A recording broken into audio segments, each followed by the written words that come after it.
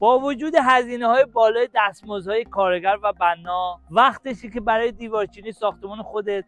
با ملات آماده دیوارچینی هورتاش آشنا بشید.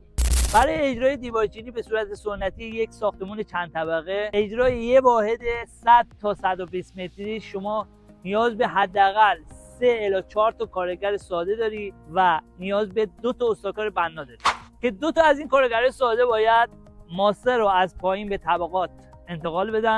و یک کارگر ساده باید به صورت سنتی ماسه و سیمان رو با هم مخلوط کنه و در نهایت آب بهش اضافه کنه و دوباره مخلوط کنه که این نیاز به کارگر زیادی داره. مدت زمانی هم که این تعداد کارگر و استادکار برای دیوارچینی واحد 100 الی